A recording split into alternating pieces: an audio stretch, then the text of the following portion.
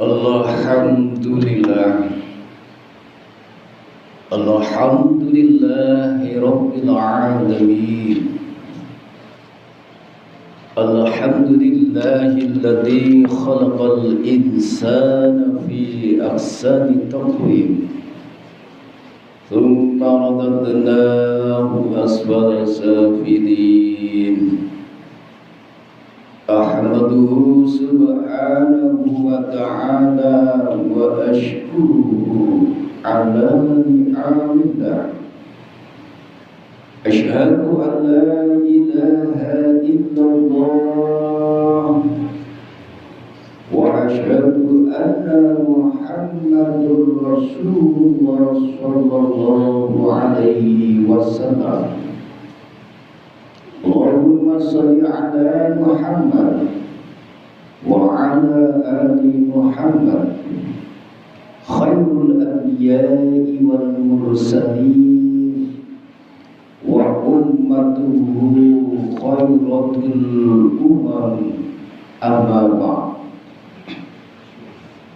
wa ya ibadallah usikum wa nafsi bitaqwallah faqad fazal muttaqun ittaqullaha la'allakum tuflihun ittaqullaha la'allakum turhamun ittaqullaha la'allakum tashkurun. Hadirin jamaah Jumat di pabrik Gendeng Bambe, Kabupaten Gresik, Provinsi Jawa Timur yang dimuliakan oleh Allah Subhanahu wa Ta'ala. Pada kesempatan yang berbahagia ini, di hari Jumat yang keempat di bulan Zulhijjah di tahun 1443 Hijriah atau tahun 2022 Masehi,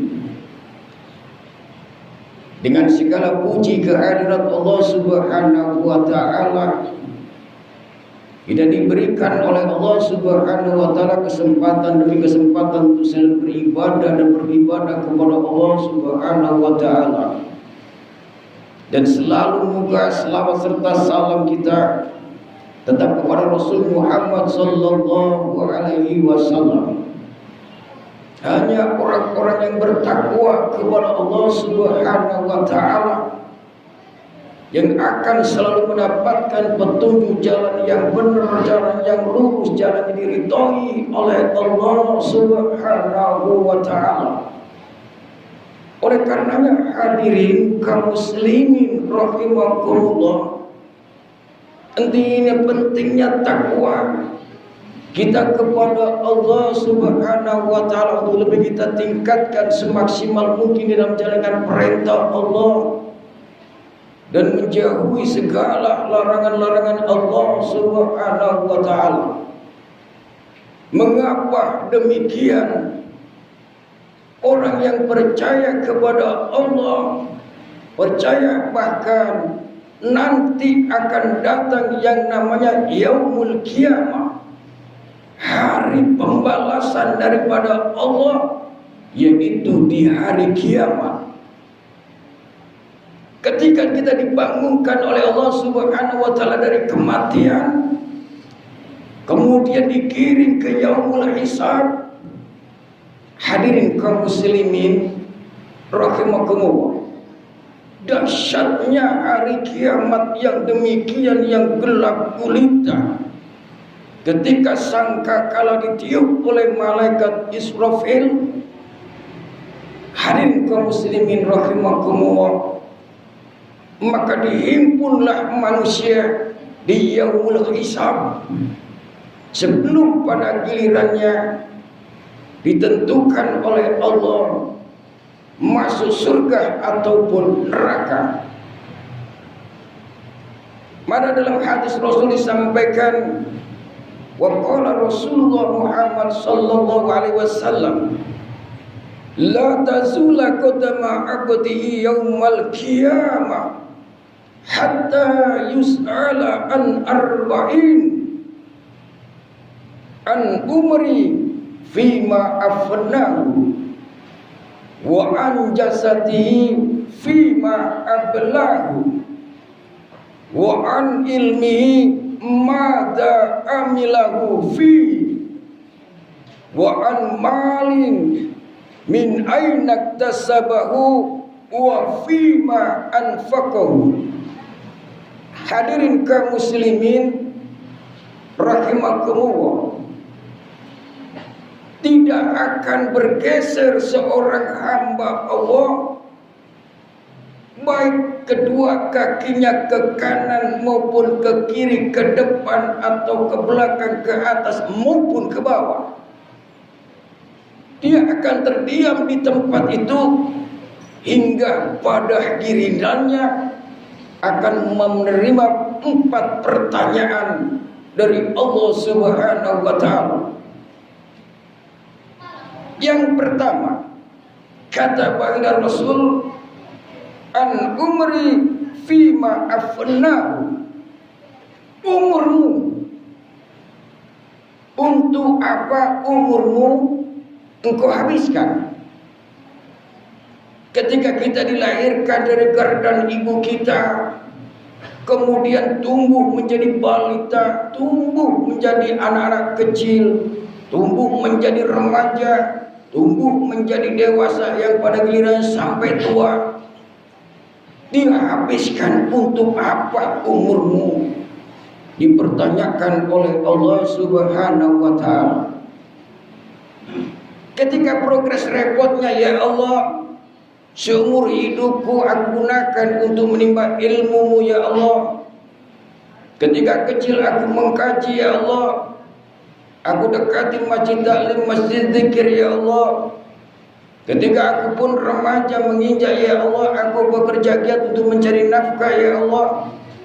Ketika aku sudah beristri, bersuami, aku bekerja untuk menafkahi rumah tangga dan keluargaku ya Allah, anak dan istriku ya Allah. Dan ketika setelah itu aku selalu mendirikan sholat dan menjaga sholat lima waktu, lebih-lebih dengan berjamaah ya Allah. Kalau progres repotnya kita seperti ini, maka untung kita. Gak akan sia-sia umur kita yang diberikan kesempatan oleh Allah Subhanahu wa taala kita habiskan hingga pada gilirannya kita menghadap ke hadirat Allah Subhanahu wa taala.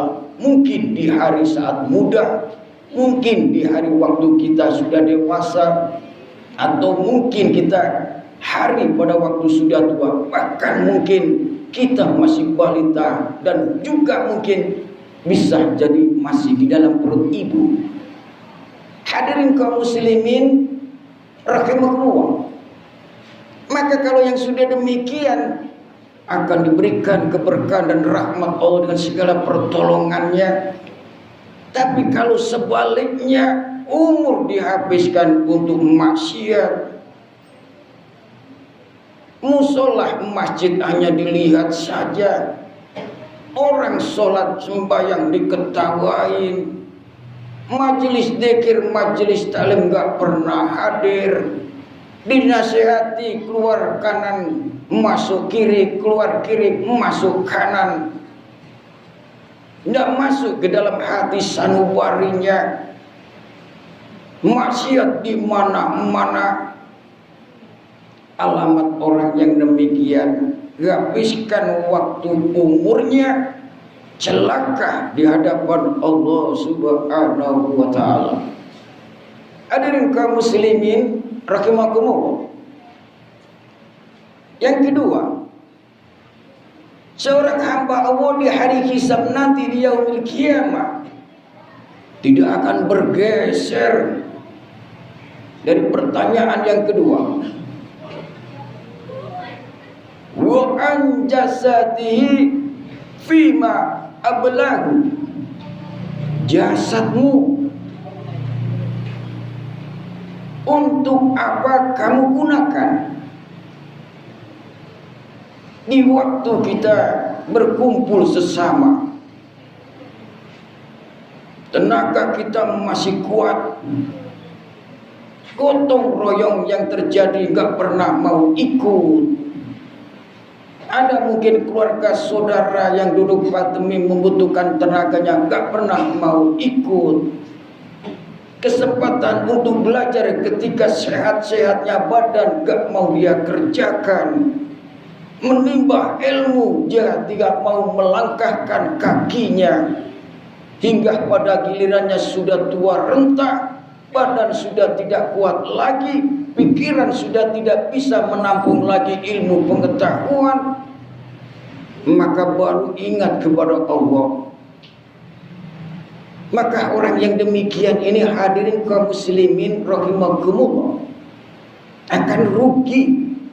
Dunianya rugi, akan dibenci oleh sesama manusia.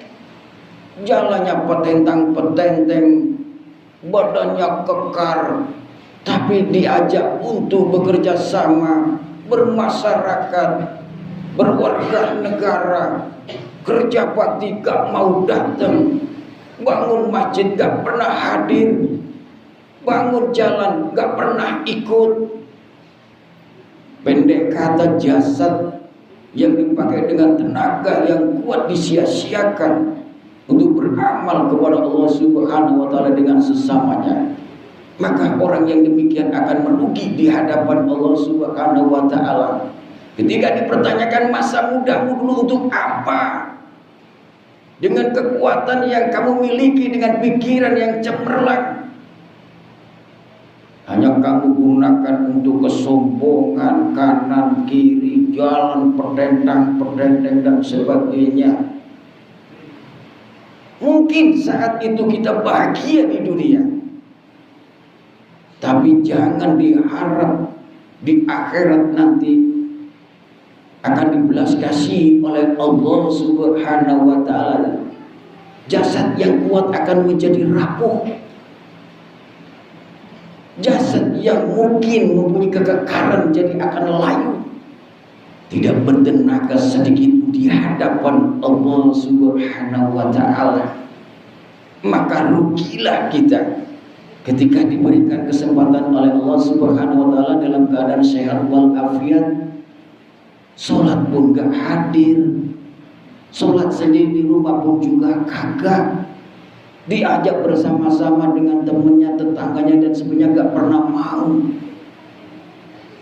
Pendek kata, jasadnya gak pernah digunakan untuk kebaikan, lebih condong kepada mabuk, main judi, maksiat. Na'udzubillahi min dzalik. Hadirin kaum muslimin rahimakumullah, jasad seperti baju. Kalau digambarkan demikian, ketika dipakai dengan jas, dengan long dress, mungkin akan menjadi cakep, akan menjadi kokoh. Coba kalau ditaruh melibruk, gak ada bentuk, itulah diri kita nanti di hadapan Allah Subhanahu wa Ta'ala. Oleh karena kesempatan yang saat ini kita diberikan, jasad kita masih sehat, masih kekal, masih baik, gunakanlah untuk bekerja keras yang baik, untuk menafkahi istri dan anak. Maka nilai ini adalah ibadah di hadapan Allah Subhanahu wa Ta'ala. Menyumbang di antara sesama kita, meringankan di antara sesama kita, maka akan berbuah pahala nanti di hadapan Allah Subhanahu wa Ta'ala. Hadirin kaum muslimin rahimakumullah, yang ketiga yang akan dipertanyakan oleh Allah Subhanahu wa Ta'ala di hari yaumul hisab, pada hari kiamat yang demikian dahsyatnya, wa an ilmihi madza amilahu fihi. Hadirin kaum muslimin rahimakumullah, ilmu kemana kamu gunakan, kemana kamu amalkan. Inilah hadirin kaum muslimin rahimakumullah, Maka sampai Rasul menyampaikan balighu ani walau bi ayah. Ajarkanlah, amalkanlah ilmumu, apa yang kamu pelajari, sekalipun itu hanya secuil, hanya sedikit, tapi ada manfaatnya.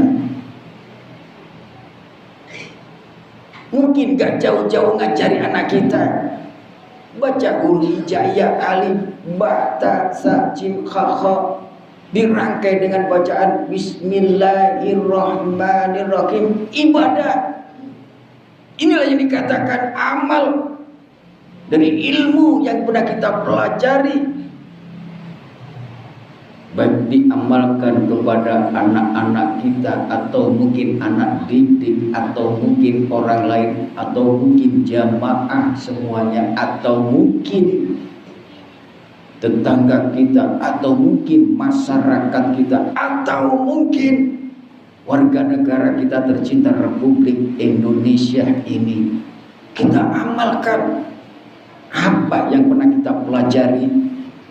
Yang sekolah tinggi diamalkan ilmunya, mau manajemennya, mau produksinya, diamalkan, diterapkan yang baik, yang benar.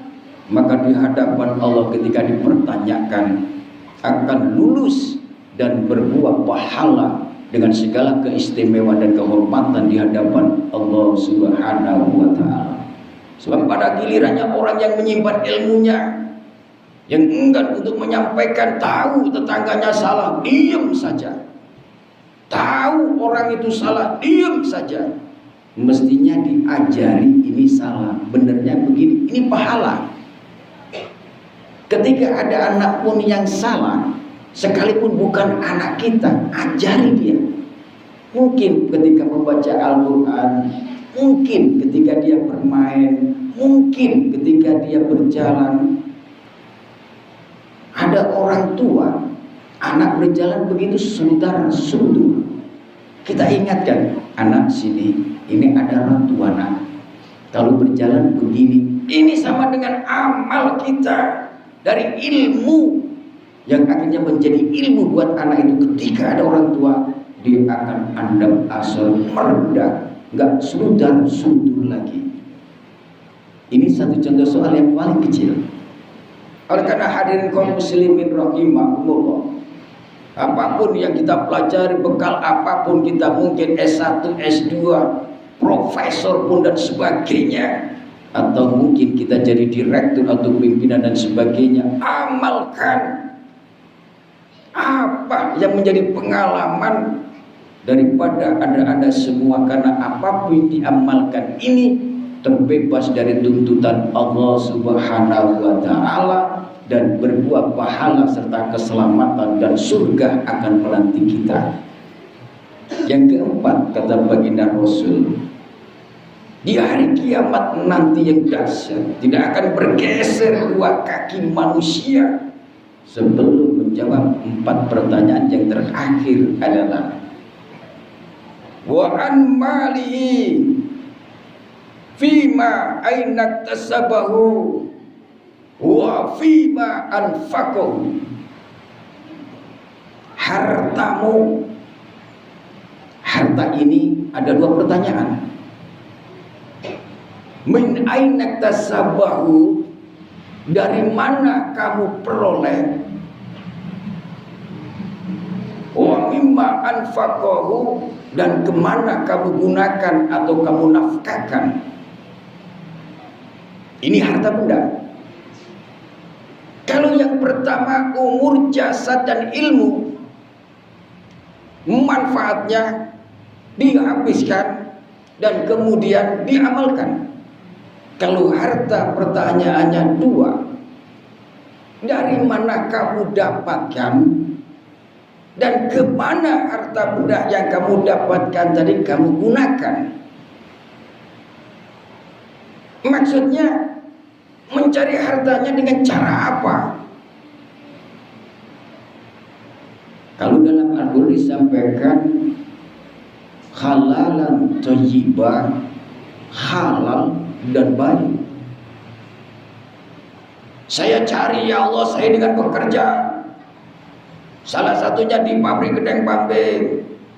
Saya mendapatkan gaji dari apa yang saya kerjakan. Ketika saya kerja pun pada waktunya, keluar pun juga pada waktunya. Apapun yang disampaikan pimpinan saya kerjakan, sedikit pun tidak saya kurangi dan tidak saya hilangkan. Percampuran apapun pembentukan gendeng yang terjadi sesuai dengan apa yang diaturkan, apa yang diukurkan, apa yang menjadi kapasitas yang ditentukan. Dan sedikit pun tidak pernah saya kurangi dari semua itu. Maka hasil yang diperoleh dari upah pabrik itu sendiri, contoh soal, itu menjadi halal. Tapi kalau kita sendiri ketika dipercaya kemudian kita melakukan sesuatu hal tidak sesuai dengan standaritas yang ditentukan oleh perusahaan itu sendiri, dan kemudian kita curangi, kita kurangi dan sebagainya, sekalipun pabrik itu mungkin rusak, bangkrut karena kualitasnya nggak benar pegawainya, maka dosa akan ditanggung oleh satu orang ini di hadapan Allah Subhanahu wa Ta'ala dengan semua penderitaan yang terjadi. Inilah hari kaum muslimin rahimahullah. Maka hasil upah yang dia makan untuk keluarganya haram hukumnya. Inilah hari kaum muslimin rahimahullah. Ini contoh soal. Apalagi mungkin kita menjual barang-barang terlarang, mungkin hasilnya besar, sabu, pil gedek, miras, mungkin hasilnya besar, tapi cara ini diperoleh adalah haram. Maka apapun kita makan membentuk satu jasad, istri dan anak kita semuanya akan dilaknat oleh Allah Subhanahu wa Ta'ala. Contoh lagi, hati-hati dengan kita mencari nafkah. Dari hasil maksiat kita himpun, curi sana, curi sini, rampok sana, rampok sini, hasilnya untuk menafkahi anak dan istri. Maka haram itu, pekerjaannya sudah haram, hasilnya gak halal. Maka pertanggungjawaban ini sama dengan menjerumuskan istri dan anak kita, dosa semuanya yang akhirnya menjadi korban semua di hadapan Allah Subhanahu wa Ta'ala. Inilah hadir kaum muslimin rahimahumullah. Ketika kita sudah mencari hal yang baik, yang halal, thayyibah, masih dipertanyakan oleh Allah lagi, kemana kamu gunakan? Disimpan erat-erat, disimpan dengan kuat-kuat, sampai orang pengamen aja nggak dikasih, orang pengemis diusir, yatim piatu diterlantarkan, fakir miskin nggak dihiraukan, tetangga nggak pernah dilihat.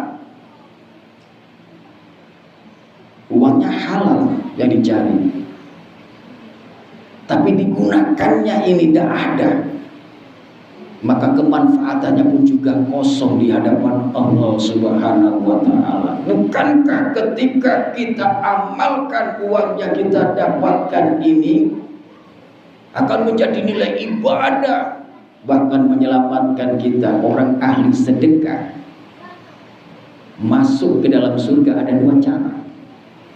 Yang pertama, yudkhilunal jannata kal barqil khatib, masuk surga seperti kilat penyambar, nyampe di dalam.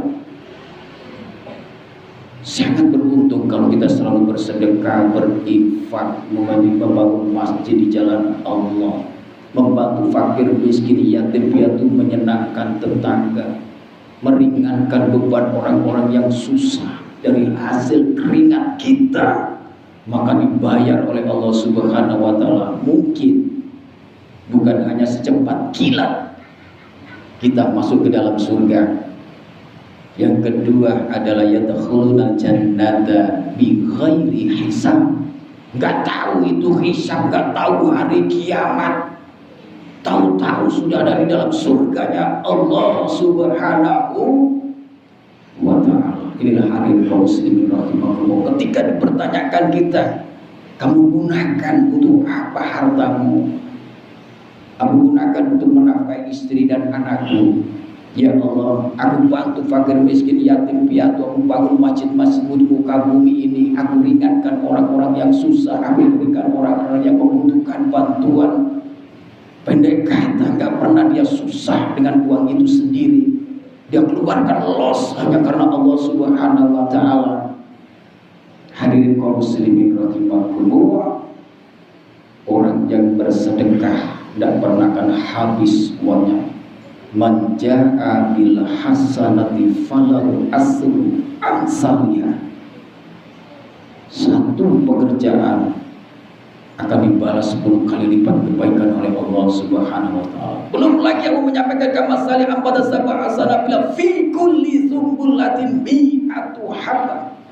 Wallahu yudha'ifu liman yasha' wallahu wasi'un 'alim. Satu butir daripada biji akan menjadi 7 cabang, dan setiap butir cabang itu ada 100 buah. 7 kali 100, 700, bahkan lebih daripada 10 amsaliyah. Inilah hadirin kaum muslimin rahimahullah. Belum lagi lebih ikhlas kita kepada Allah Subhanahu wa Ta'ala dengan titipan Allah yang berupa harta ini, kemudian kita nafkahkan ke jalan-jalan Allah Subhanahu wa Ta'ala. Mungkin bukan 700 kali lipat di hadapan Allah Subhanahu wa Ta'ala, berkali lipat-lipat yang mungkin kita tidak bisa menghitungnya. Inilah yang dikatakan bi ghairi hisab. Mudah-mudahan hadirin kaum muslimin rahimahullah, ketika kita kembali ke hadirat Allah nanti, iman kepada Allah, iman adanya hari hisab di hari kiamat, maka persiapkanlah diri kita dengan 4 statement daripada Rasul Muhammad SAW. Jaga daripada umurmu dengan sebaik-baiknya, jaga dan gunakan jasamu dengan sebaik-baiknya, amalkan ilmu sedikit apapun yang kamu dapatkan sebaik-baiknya, carilah harta dengan cara yang halal dan gunakanlah di jalan Allah Subhanahu wa Ta'ala. Mudah-mudahan hadirin kaum muslimin rahimakumullah, apa yang sampaikan khutbah di Masjid Gedeng Bambi ini di Kabupaten Gresik, Provinsi Jawa Timur ada guna dan manfaatnya. Aku qouli hadza fastaghfiru innahu huwal ghafurur rahim.